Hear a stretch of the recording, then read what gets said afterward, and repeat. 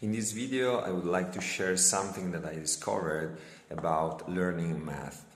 And working with kids, I noticed that very often kids, but also adults, really lose the meaning of what they're doing in math. And that's brings to a major problem because without the meaning, you just repeat something mechanical. So you lose interest and you really actually don't understand what you're doing when you are mechanical. So I discovered that bringing that meaning back to the mind, it helps very much. And almost for every kid, when they really have the meaning of what they're doing, math becomes so easy and natural. So I would like to give you an example of what I mean. We can take something very easy, but we can apply it to something more difficult also. We can take a division. This operation, normally people think that this operation is one operation, but actually it has at least three different meanings, and it's quite surprising when I tell people this. So I will use a paper here. I turn my camera on it so you can see what I write. So let's say 8 divided by 2 is the operation, and that equals, let's see, first meaning. Which is the first meaning of division? We can imagine 8 balls, 7, 8, and we can ask how many times I can gather 2 balls. We can imagine like a box that is filled by 2 balls, and we notice that we should use 4 boxes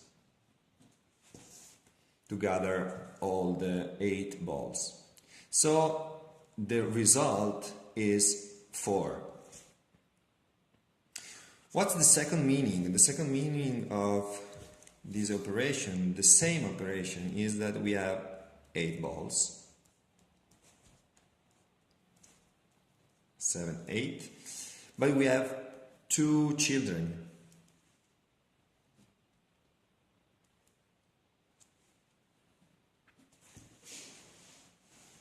So the question is quite different because we ask how many balls for each children.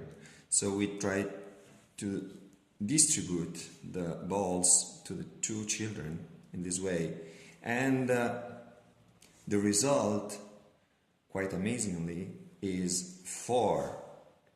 But you know, this seems the same, but actually is not, because this is 4 boxes that can contain 2 balls. 4 boxes. In this case, the result is 4 balls. Why, in my opinion, it's so important to find this meaning and underline this distinction of the 2 meanings of division. You know, division is just an example. We can apply the same system to almost everything in math. But it's so important for me because math was invented for solving problems. So at the origin, it has a very strong link to reality. I have a problem and I have to solve it, so I need a tool, and math is the tool.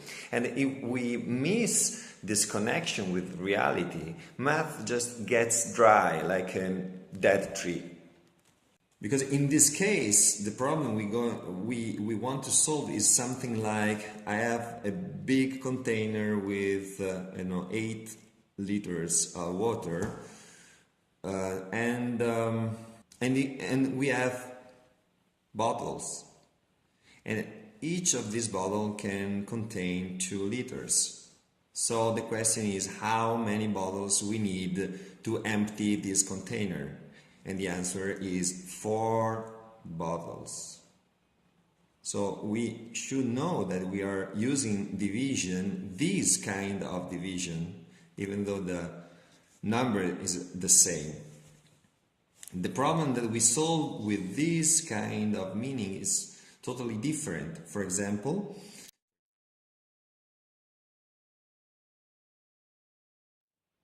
we have a long fabric and it's 8 meters long, and we have to divide it into 2 parts. And so the question is, how long is each part? And the answer is 4 meters. And also, this result may not surprise you, but just ask the kids if they are able to explain so clearly this difference. And sometimes when you notice that they're not able, you understand that they missed the meaning of this operation. And to show you how it can be useful, we can also consider a different operation. So let's put a line here. Let's take the concept of the idea of density. The density is the mass divided by the volume.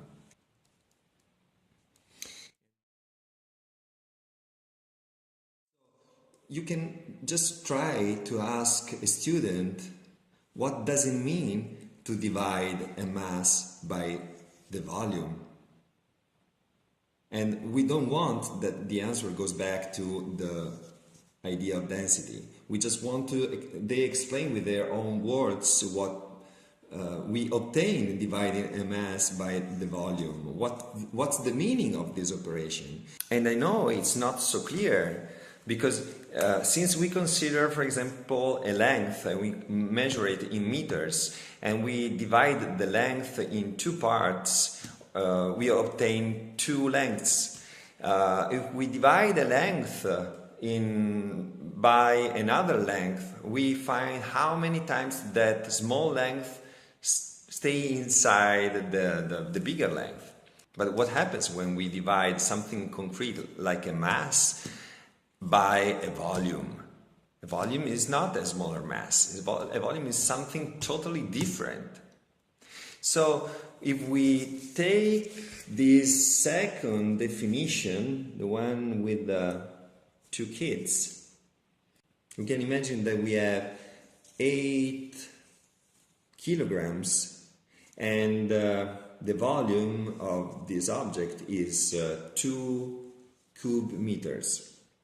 So the question is, for each cube meters, how many kilograms do we have? So that's so simple. The density is now so simple to be understood. I hope this example gives you some insight. But what I want to underline is that asking questions about the meaning is my major tool when I teach math. So I continuously ask, why are you doing this? What's the meaning of this?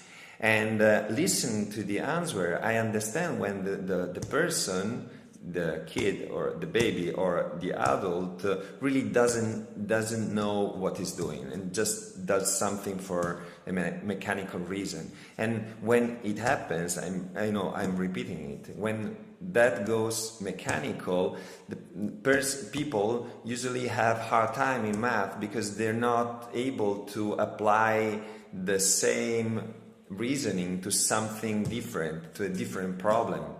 But when they really got the meaning of what they're doing, the problem can be totally different, and they can apply what they learned to it and so solve the problem.